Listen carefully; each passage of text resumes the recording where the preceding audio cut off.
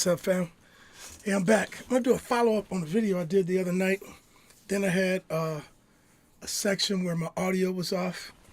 My cousin pointed that out to me, and but I got that together. I'm doing something different with Pro Tools.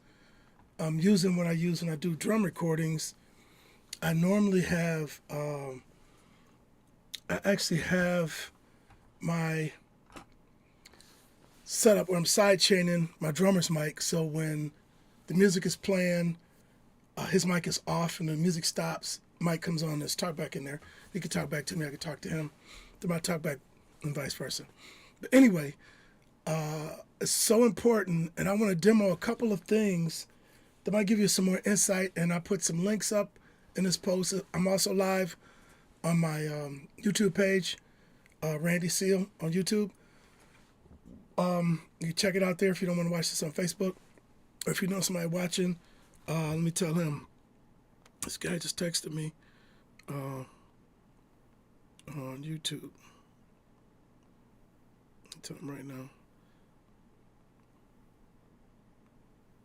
now. So anyway, yeah, what I want to do is walk you through the metering setup that I use. And I picked a section. I took a song. I talked about this same song I was on the other night, demoing for you guys. And let me get on Facebook on my phone so I can see what's happening, because I'm not looking at it on my computer. But anyway, what I want to do is walk you guys through what I actually do to get my level right when I get ready to mix, or if I'm gonna send it out for mixing, which I'm pretty much mixing all my stuff in for other people. So I picked the section of the song where the drums are kind of punchy, and because the kick is the hardest hitting thing in this session, which I talked about the other day, use your kick and snare, the hardest hitting things, or 808. But your low end is what impacts your limiters and your compressors the hardest, and all of your hardware and software. And remember this, at the beginning, let me give you this. All of these plugins that you use in your DAW, all of them are designed to mimic hardware, because the computers didn't exist, 25, 30 years ago, not to do this. I mean, I started recording, so I would say maybe 30 years ago, I started recording MIDI, but no audio with the computer. Then Session 8 came out with Pro Tools, and things started kind of going into the audio thing. But anyway, I want to give you some really good insight today on, I don't know why my mic seems like it's really hot. I'll give you some really good insight on tracking on your own DAW, getting the right level, and keeping that level from start to finish. And it's going to be minus 18 dB RMS. Okay, and so there's a meter I use. Some guys use Waves. The Pro Tools, especially the newer version, has a where you can set the meters and look at them. Also, I like a visual, and I'm gonna key myself in, and I'm gonna go to my screen for my laptop. You saw that upside down. So let's go there. From my laptop, from my main tower I'm tracking with. I'll key myself in here, and again, let's go back to this kick meter in this track. So when I play the audio now, my mic's gonna duck down, man, so I don't have to be fighting for remember to turn the button back on. I should be here all the time, and I could see it on my screen too. But anyway, let's take a listen to what I have on my screen. So I got system preferences. Why is that on? Hold on. Let me just set this so that, all right, here we go.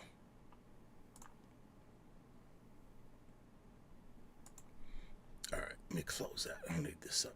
Just to make sure I got my controller enabled too.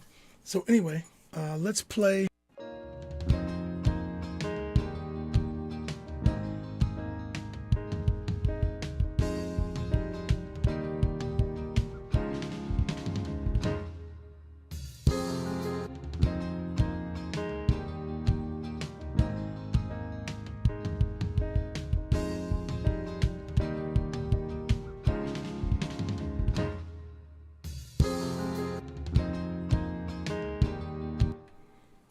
Okay, so you can see that meter, this first meter in the kick bus, and you should have been able to hear that, was hitting like minus 19 points up. I can push that up a little.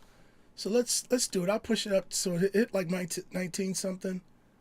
Let me push it up and play it so that it hits. I'll take this kick bus. Let me get back to it. And I'm going to take the kick bus, and I'll let you guys see it too. All right, kick bus. Let me move this meter out of the way. There's my kick bus. So I'm going to gain this up. All right. I got to, yeah, there's the meter I'm looking at there. But I'm going to gain it up with my hardware compressor. So let me let you see that. If I go to right, rack, I'm going to gain it up with this compressor. Can you see that? Let me tip my camera so you guys can get a look, man. Let's get a look today. What's going on? Let's tip my camera up. All right, I got another camera view I could show you. But this is the compressor I'm going to use. It's my API 527 on the kick bus. So I'm going to take this and I'm going to play the track. Let me make this meter bigger. It's kick bus meter. And I'm going to let it loop. And I want the loudest part to hit minus 18 or so. I don't want it to be much louder than that. All right, so let's loop it. Let's play it and see what we get.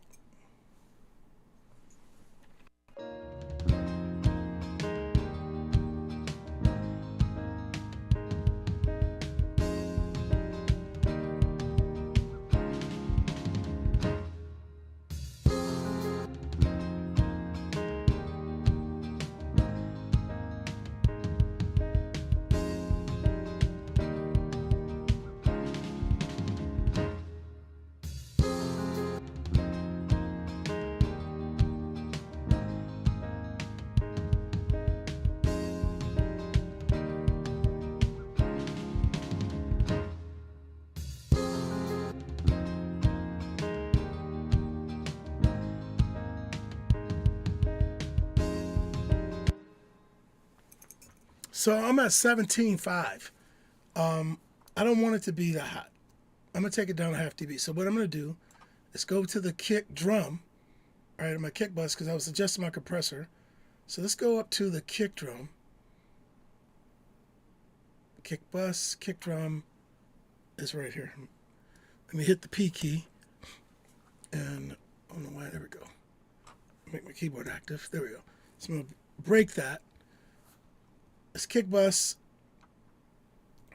I was at like, I hit 16, so let me hold the command key on my keyboard.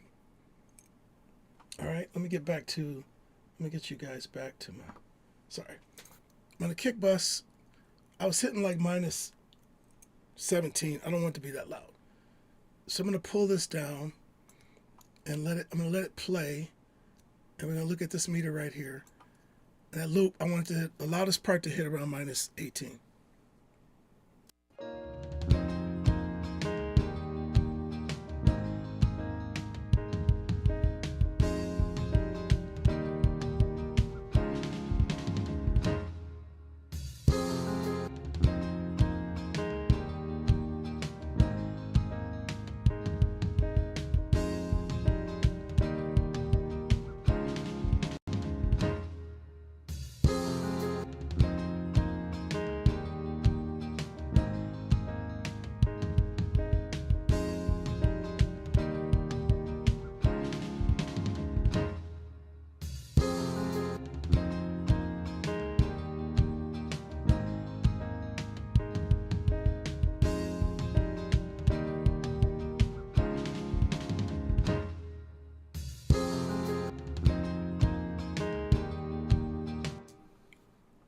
Okay, so if you're looking, you saw the meter is peaking like minus 18. I took the clip down that I'm looping, 0.7 of a dB. All right, now, so let's take that. This is what I showed before. And now I'm going to, this is the snare bus. And I got the level of the snare pretty much where I like it, but I'm going to play it again. And I'm listening to the snare in it. And I'm going to do the same thing with my rack over here. Let's go right rack. I'm going to take this. The snare compressor is right here, 527. I'm going to take that. I'm going to try to adjust it with the snare to get it to whatever level is fitting in the mix. Because a fader, if I pull this over and let you see, let's go back to here. If I show you the fader for the snare bus, I'll show you that. It's at 0. Okay? It's at 0. And I'm going to set this trim. And then I'll do some other things during the song when I get ready to mix it. But that's my point where I want to hit. Okay? So I'm mixing to that point. All right? And minus 18 is where my snare is. That's going to give me, I didn't want to do that. I'm going to go right rack again. And minus 18 is going to give me where all my levels going to be at the end of the session. And you'll see this as I show you things as we go forth. But I just wanted to make sure you guys could hear me this time, because last time my mic shut off and all kinds of weird stuff happened. Anyway, okay. So now, let me play it one more time, and let's listen for the snare and see how far we want to bring that up.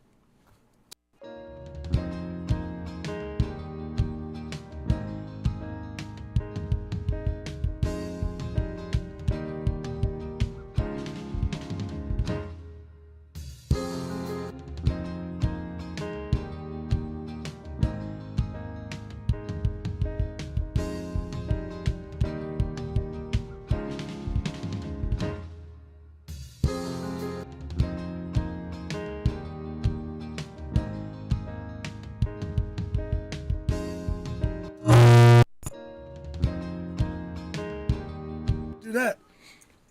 Side chain. Wow. You guys got your speakers poked. All right, so anyway, I'll cut that out of my edit for sure. Gosh, I hate that happened. All right, so anyway, yeah, I'm going to turn my volume down because I was listening to it loud in here. So you see where the snare got that level set pretty good right now. Kick is at minus 18. Now, let's look at this meter. I'm going to go back to, let's go back to here. And I got the snare mixed in there pretty good. And I'll play it one more time so you could just see the level that the snare is hitting at again.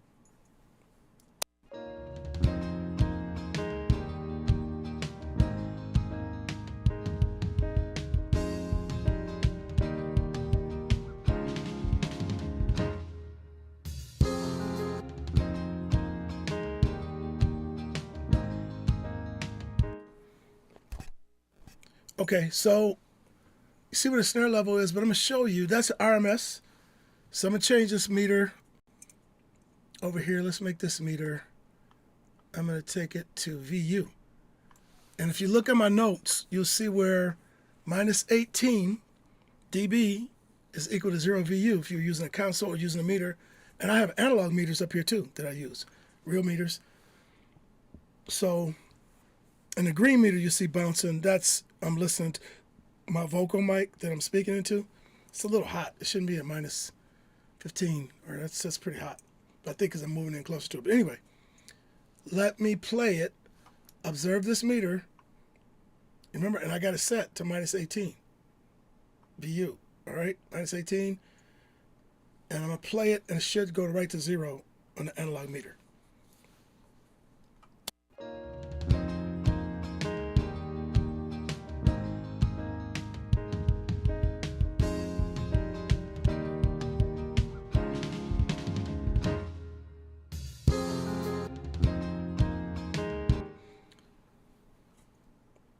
All right, so if you notice the thing that happened in the red, that's showing how much further I was past 0. But in analog gear, you can punch it. You can actually, my analog gear, I can hit my analog gear easy at like minus 14, which is pretty loud, for going through analog, and even louder than that sometimes, without getting any distortion and stuff. So anyway, that's what I'm building this mix on. And so let's look at where the snare is in the blue. If I change that, I can scroll that. Yeah, you can hold your mouse over and scroll it. Let's play it, and let's just observe what the snare is hitting at too. So these first two, kick bus and snare bus, let's see what they're both hitting at as far as level.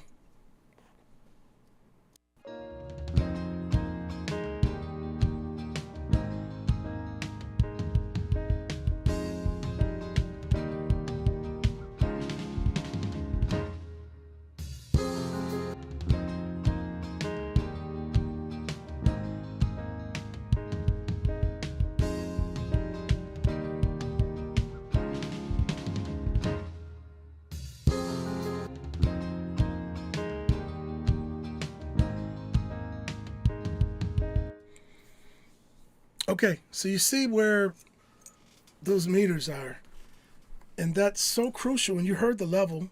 I don't want the snare to be overbearing because there is vocals in this track. This song is already out. It was a demo. I couldn't finish it because I had things going on toward the end of the year. I couldn't get them back in enough time to finish it, so I had to take the session and then do it in another spot so they could finish. But anyway, what's up, Daryl? Daryl Jeffries. So if you look at what I posted today, there's some notes even on Randy Seal on my YouTube, Randy Seal. On there, you'll see the notes that say what these things are, and it says to go Google it and look it up. You'll find some interesting data, but you got to start tracking using your gear and controlling everything, your plugins. If you lose the plugins, just like you would analog gear, and you want it to hit minus 18 on your kick, then build everything around your hardest hitting thing, like I said, which is 99.9% of the time your kick drum or your 808 or whatever is hitting the hardest. You build your entire mix around that level, and you can get it balanced. And all these things, like I got meters on the tom bus. No, I'm not walking you guys on my class. I have it all there. I'll walk through mixing a section of this song and have all the meters up, start to finish, and walk you through what I do with the gear I use and everything. So hopefully this inspires you to go at least read this stuff, look it up, get an idea, so you can start tracking better at home. You know, if you do, especially I get a lot of things where guys are working at home. I get too many things where people get beats from somebody, okay? And the beat person basically puts limiters or clippers or whatever they're doing and makes the song super hot. So now you get the song and you put it in your DAW, and it's at, you love the way it sounds and it's loud. It's like, say it's at -7, which is loud. That's a good hip hop tune. Even -8. If you shoot for -8 on everything, you can probably do pretty well, but some of the R&B stuff, it may be too loud. But anyway, so what you want to do is hit -18 with your hardest hitting thing and build your mix around it. And when you get done, so I'm going to show you that right now on my master bus meter, the level that all this music is playing at and where the level of the whole mix is on this loop that I'm playing over and over. So let's take a look at this meter. I'm going to take you back to it right quick. But it's going to be this green meter, which is my master bus, this one. All right, and it's going to be on the far right. So I'm going to play it again, observe the level that that meter is on and what it's hitting.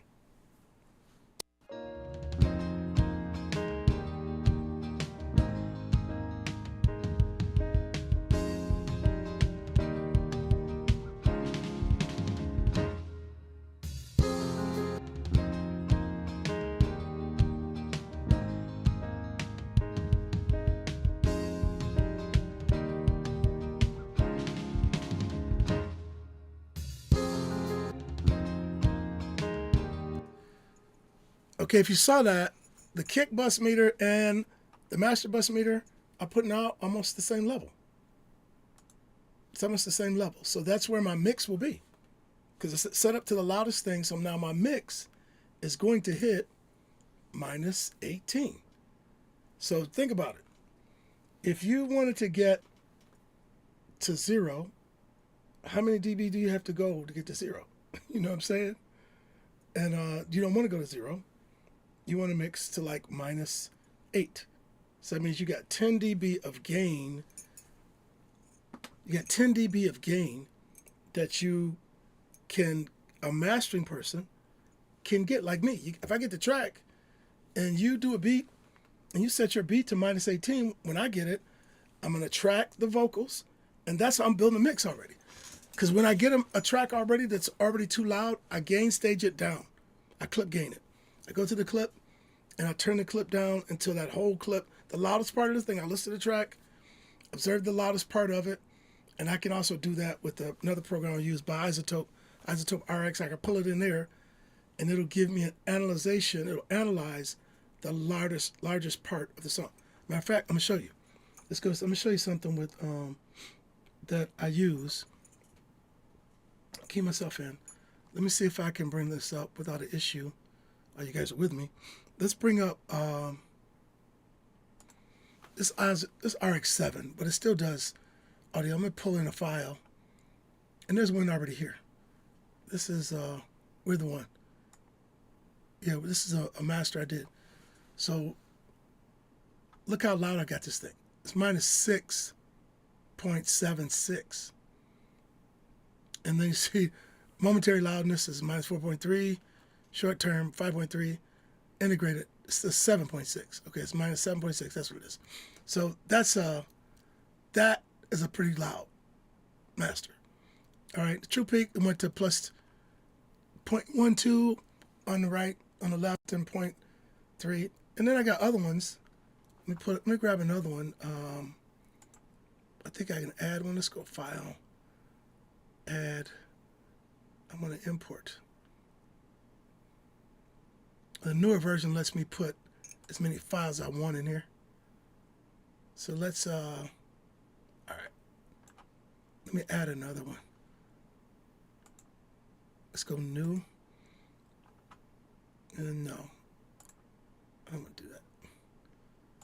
I didn't want to get into this, but on a newer version, I can drag in, when I'm mastering my mastering setup, I could drag in another file and click on all of them. It'll show me the loudness of that one and all that.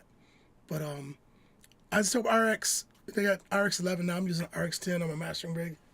You can check loudness before you master a record and gain it down when you put it in your thing to get it to minus 18. But your meters, I like the Klanghelm meters better than I like all the wave stuff. A lot of pros even use this Klanghelm, and they only it's only $25, man, for this metering suite. They don't bog down your DAW or anything. So anyway, you want to shoot for minus 18 on your hardest hitting piece, mix to that level. I'm gonna play this track, look and watch again. Put it next to the kick bus, look at that master bus level, and listen to the song. And this isn't professionally mixed right now. It's a demo mix, but check this out again.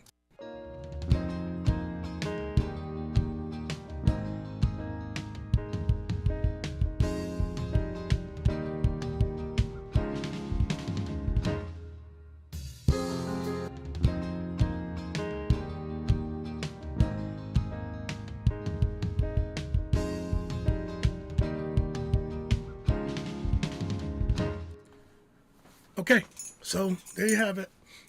Minus 18 is your friend in best practices, because when you go and look up the things I posted on Google about minus 18, you're going to see that Analog Gear, I'll get back to me, Analog Gear's high-end audio is designed to have minus 18 dB.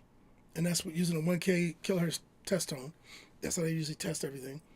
And then once you get minus 18 dB level, they measure on the end. I don't have a tip ring sleeve, not tip ring sleeve. You can do a tip ring sleeve cable or also a XLR cable. Measure that voltage, and it should be 1.28 voltage. 28 volts, not voltage. But that's how all my audio interfaces. Behind me, you can't see it. Let me see. My HD rig, these are calibrated to minus 18. The analog in and analog out. I calibrate all that. It's got adjustment things on each card. I got 10 boxes, so I had to calibrate all 10 boxes. It's 20 cards, and it's 16 jacks per box. That's 160, and it takes a long time. Okay, but once you get them set, they usually don't drift or anything like that.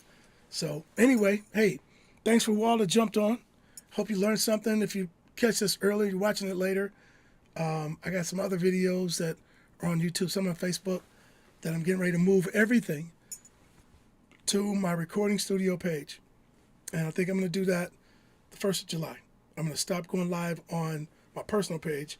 And I'm only going to do that just for other personal things and fun things and news kind of things. But all my music information, I'm going to move that to my studio page, Reflective Productions and Recording. Then I'll share that back to my personal page. So anyway, you guys want to find me in July, that's where I'll be. But thanks for jumping on.